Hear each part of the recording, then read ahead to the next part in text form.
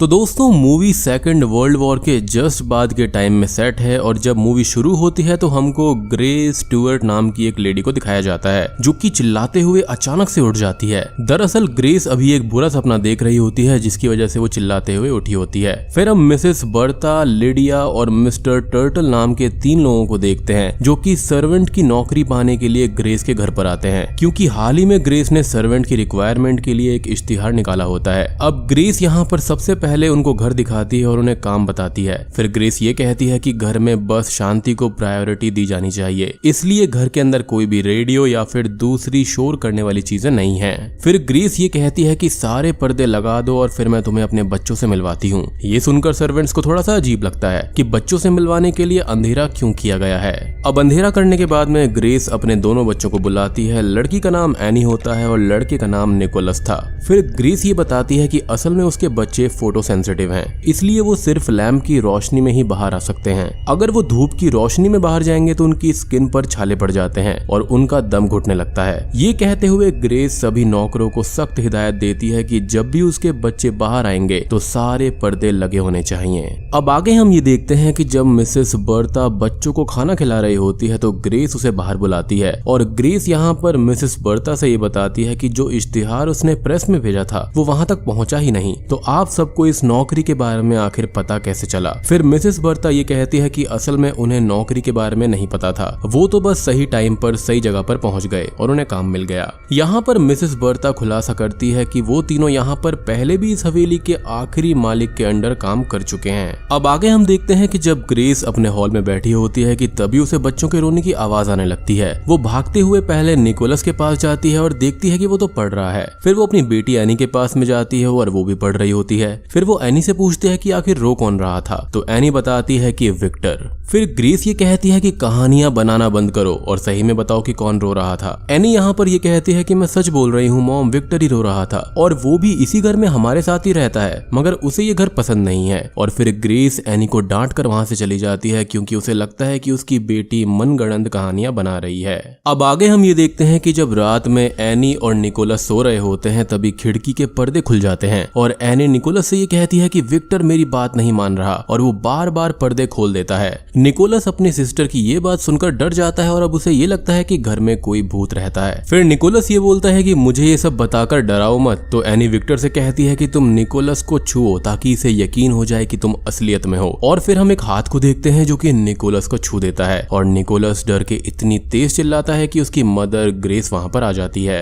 Nicholas grace से any की शिकायत करता है और ये कहता है कि वो उसे डरा रही है और ग्रेस गुस्से में आकर एनी को पनिशमेंट देती है कि उसे घंटों तक बाइबल पढ़नी होगी। और जब एनी बाइबल पढ़ लेती है तो ग्रेस उसको कहती है कि अब ईश्वर से माफी मांगो झूठ बोलने के लिए, लेकिन एनी ये कहती है कि मैंने कोई भी झूठ नहीं बोला और इसलिए मैं ईश्वर से माफी नहीं मांगूंगी। अब आगे हम ये देखते हैं कि ग्रेस एक रूम में बैठकर कढ़ाई बुनाई का काम कर रही होती है और उसे ऊपर वाले फ्लोर से बहुत शोर आता है। उसको लगता है कि ये शोर लिडिया कर रही है, लेकिन जब वो खिड़की से बाहर देखती है तो लिडिया वहां पर गार्डन में काम कर रही होती है। अब ऊपर कौन है इस बात से ग्रेस काफी डर जाती है और ग्रेस भागते हुए ऊपर वाले रूम में जाती है, मगर उसे वहां पर कोई भी नहीं दिखता। तभी वो मिरर में देखती है कि पीछे वाला गेट खुद पे खुद बंद हो रहा है और वो जब गेट से बाहर आती है तो वहां पर एनी खड़ी होती है। अब वो एनी से पूछती है तो वो ये बताती है कि इस घर में 4 लोग हैं और सब अलग अलग दिशा में गए हैं। एनी ग्रेस को एक स्केच भी दिखाती है जिसके अंदर उसने 4 लोगों की ड्राइंग बनाई होती है। वो होते हैं विक्टर, उसकी मॉम, डैड और एक बूढ़ी लेडी। अब एनी यहाँ पर ये कहती है कि मुझे इस बूढ़ी औरत से बहुत ही ज्यादा डर लगता है। आगे हमको ये दिखाया जाता है कि जब ग्रेस के बच्चे सो रहे होते हैं तब ग्रेस अपनी बेटी के पास में जाती है और उसको किस करते हुए उससे माफी मांगती है क्योंकि उसने इतने दिनों से अपनी बेटी की बात नहीं मानी और बहुत ही ज्यादा उससे रूड बिहेव किया। और फिर ग्रेस अपने कमरे में जाकर अपने हस्बैंड चार्ल्स को याद करके रोने लगती है। तभी उसे पियानो बजने की आवाज सुनाई देती है और वो भागकर गन के साथ में म्यूजिक रूम में जाती है और म्यूजिक रूम का जो गेट होता है वो जोर से ग्रेस के मुंह पर ही बंद हो जाता है और लॉक्ड हो जाता है। ग्रेस अब जल्दी से मिसेस बर्ता को आवाज लगाती है और गेट की चाबियां मंगवाती है गेट खोलने पर वो ये देखती है कि पियानो कीज का शटर खुला हुआ है, जो कि उसने कुछ ही देर पहले बंद किया था। अब ग्रेस को यहाँ पर समझ आने लगता है कि घर के अंदर कोई ना कोई इविल स्पिरिट है जो कि ये सब कर रही है। अब अगले दिन ग्रेस चर्च में जाती है पादरी को बुलाने के लिए, और जाते जाते वो मिस्टर टर्टल को ये कहती है कि गार्डन में कब्रों को ढूंढो और देखो कि वहाँ पर विक्टर तो नहीं लिखा हुआ है। तभी वहाँ पर मिस्टर टर्टल के पास में मिसेस बर्ता आती है और फिर मिस्टर टर्टल उससे ये पूछते हैं कि हमें ये राज कब तक छुपाना होगा। और यहाँ पर हमको ये पता चलता है कि इन नौकरों को कुछ ना कुछ जरूर पता है। अब हम देखते हैं कि चर्च जाते वक्त रास्ते में इतना ज्यादा कोहरा होता है कि ग्रेस रास्ता भटक जाती है और उसे कुछ भी दिखाई नहीं देता। तभी कोहरे के बीच से एक आदमी आता है और ये कोई और नहीं बल्कि ग्रेस का हस्बैंड चार्ल्स है। चार्ल्स को देखते ही ग्रेस सब कुछ भूल जाती है और वो बहुत ही ज्यादा खुश हो जाती है, क्योंकि अभी तक उसको ये लग रहा था कि चार्ल्स यहाँ पर शायद जंग में मारा गया है। अब ग्रेस अपने हस्बैंड को लेकर हवेली वापस आ जाती है। हवेली आते ही चार्ल्स सबसे पहले अपने बच्चों से मिलता है और फिर ग्रेस मिसेस बर्ता से पानी गर्म करने के लिए कहती है ताकि चार्ल्स फ्रेश हो पाए। फिर हम देखते हैं कि चार्ल्स फ्रेश होने के बाद अपने रूम में ही रहता है और ग्रेस बच्चों से ये कहती है कि जंग की वजह से वो थक गए हैं और इसलिए वो कुछ दिन आराम करेंगे। नेक्स्ट डे हम ये देखते हैं कि ग्रेस ने अपनी बेटी एनी के लिए एक ड्रेस बनाई होती है और वो फिटिंग चेक करने के लिए उसे एक बार ड्रेस पहना देती है। अब ग्रेस कुछ काम के लिए रूम से बाहर जाती है और एनी को ये कहती है कि जमीन पर मत बैठना वरना ये ड्रेस खराब हो जाएगी। जब ग्रेस रूम में वापस आती है तो ये देखती है कि एनी जमीन पर ही बैठी हुई है और जैसे ही ग्रेस एनी को डांटने के लिए उसके पास जाती है तो वो ये देखती है कि ड्रेस में उसकी बेटी नहीं बल्कि कोई बूढ़ी औरत बैठी हुई है। ग्रेस उसके बाल पकड़कर उसको मारने लगती है और ये कहती है कि बता मेरी बेटी कहाँ पर है। और तभी उसको ये एहसास होता है कि वहाँ पर एनी के रोने की आवाज आ रही है और जब वो नीचे देखती है तो ये पता चलता है कि वो अपनी ही बेटी को मार रही थी।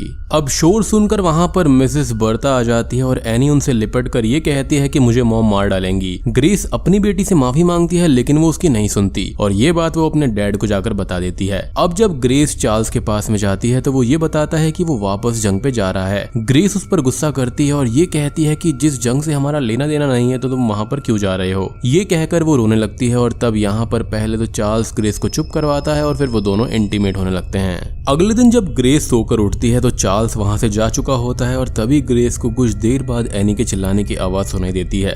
ग्रेस अब जल्दी से अपने बच्चों के रूम में जाती है और ये देखती है कि सारे पर्दे खुले हुए हैं। अब ग्रेस अपने बच्चों पर कपड़ा डालकर उन्हें घर की एक अंधेरी जगह पर ले जाती है। फिर वो लिडिया को ढूंढती है और उसे डांटते हुए पूछती है कि ये किसने किया, कहाँ पर हैं सारे पर्दे। तभी वहाँ पर मिसेस बर्ता आ जाती है और वो ग्रेस को शांत रहने के लिए बोलती है।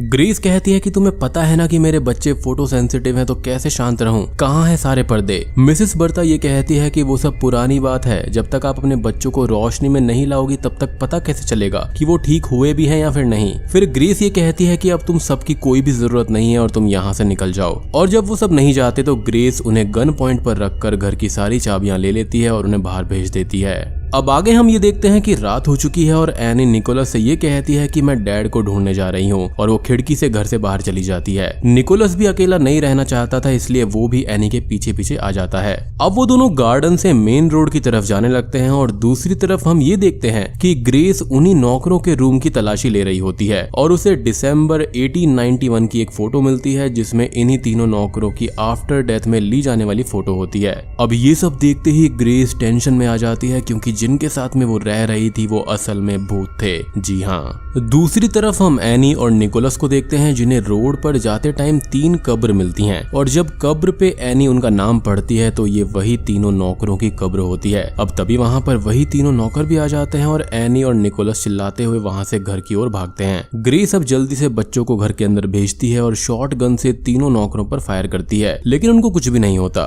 ग्रेस गन फेंक कर घर में भागती है और गेट को लॉक कर लेती है। ग्रेस अपने बच्चों को ऊपर वाले फ्लोर पर जाकर छुपा देती है। अब तभी मिसेस बर्ता मेन गेट पर आती हैं और ग्रेस से ये कहती हैं कि हम आपको कब से समझाने की कोशिश कर रहे हैं और अब वक्त आ गया है कि आप सब कुछ समझ जाओ और हमारे साथ रहो। ग्रेस ये कहती है कि तुम तो मर चुके हो, अब हमारा पीछा छोड़ दो। लेकिन मिसेस बर्ता ये कहती है कि अगर हमने आपको छोड़ दिया तो आपको क्या लगता है कि वो भी आपको छोड़ देंगे। ग्रेस को यहाँ पर कुछ भी समझ में नहीं आता कि वो किस बारे में बात कर रही है। तभी मिसेस बर्ता ये कहती है कि बाहर वाले आपको नहीं छोड़ेंगे। अब ग्रेस ये कहती है कि यहाँ कोई भी बाहर वाला नहीं है। तब मिस्टर टर्टल ये कहते हैं कि उन्होंने ही यहाँ के पर्दे निकाले हैं, यानी कि बाहर वालों ने, और वो अब अंदर हैं आपके और आपके बच्चों के साथ। तभी एनी और निकोलस के चिल्लाने की आवाज आती है और जब ग्रेस ऊपर वाले रूम में जाती है तो वो देखते हैं कि 4 लोग एक राउंड टेबल पर बैठे हुए होते हैं और इनमें वही बूढ़ी औरत भी है जिसे ग्रेस पहले अपनी बेटी के ड्रेस में देख चुकी है। अब वो बूढ़ी औरत एनी को अपने पास में बुलाती है और उससे पूछती है कि तुम कैसे मरे। तब एनी उसके कान में बताती है कि हमारी मॉम ने हमारे मुंह को तकिए से दबाकर हमें मार डाला था। और ये बात सुनते ही ग्रेस चिल्लाने लगती है और ये कहती है कि हम मरे नहीं हैं, और वो बूढ़ी औरत के पास जाकर वहां पर पड़े हुए सारे सामान को फेंकने लगती है। तभी वो बूढ़ी औरत होश में आ जाती है और उसे बताया जाता है कि इस बार वो उन बच्चों की मां से संपर्क करने में कामयाब रही।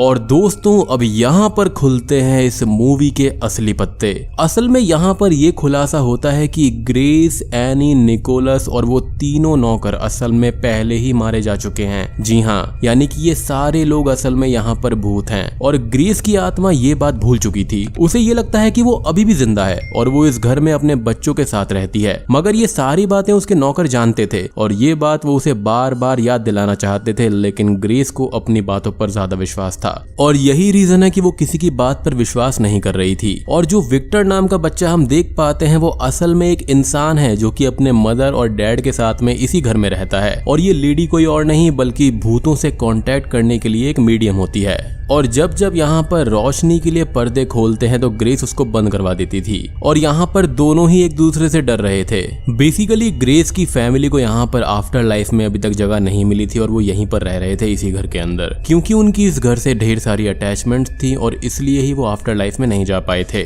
और वो बूढ़ी महिला जानती थी कि यहाँ पर ग्रेस सब कुछ भूल गई है, क्योंकि एनी को यहाँ पर सब कुछ याद था। और फाइनली यहाँ पर एंडिंग सीन में वो बूढ़ी महिला ग्रेस से कांटेक्ट कर पाई और उसको सब कुछ याद दिला पाई। अब यहाँ पर होता ये होगा कि ग्रेस की फैमिली यहाँ पर सब कुछ नॉर्मल तरह से करती होगी, लाइक डिशेस को धोना, डिशेस को फेंकना, पर्दे हटाना इत्यादि, लेकिन रियल वर्ल्ड में सबको ये लगता होगा कि यहाँ पर कोई अदृश्य ताकत है जो ये सब कुछ कर रही है और वो काफी वायलेंट है, जबकि ऐसा बिल्कुल भी नहीं था। यहाँ पर दोनों ही लोग अपने घर को बचाना चाहते थे, लेकिन अब यहाँ पर इतना कुछ होने के बाद में विक्टर की फैमिली इस घर में नहीं रहना चाहती थी और वो सब इस घर को छोड़कर चले जाते हैं। और एंड में हम ये देखते हैं कि ग्रेस हवेली की खिड़की पर अपने बच्चों के साथ धूप की रोशनी में खड़ी होती है, क्योंकि उसको सब कुछ याद आ गया था कि वो लोग भूत हैं और उनके ऊपर कोई भी दिक्कत नहीं होने वाली इस रोशनी से। और एंड में वो ये कहती है कि हमें इस घर से कोई भी नहीं निकाल सकता, और बूम, इसी के साथ में ये मूवी यहीं पर खत्म हो जाती है।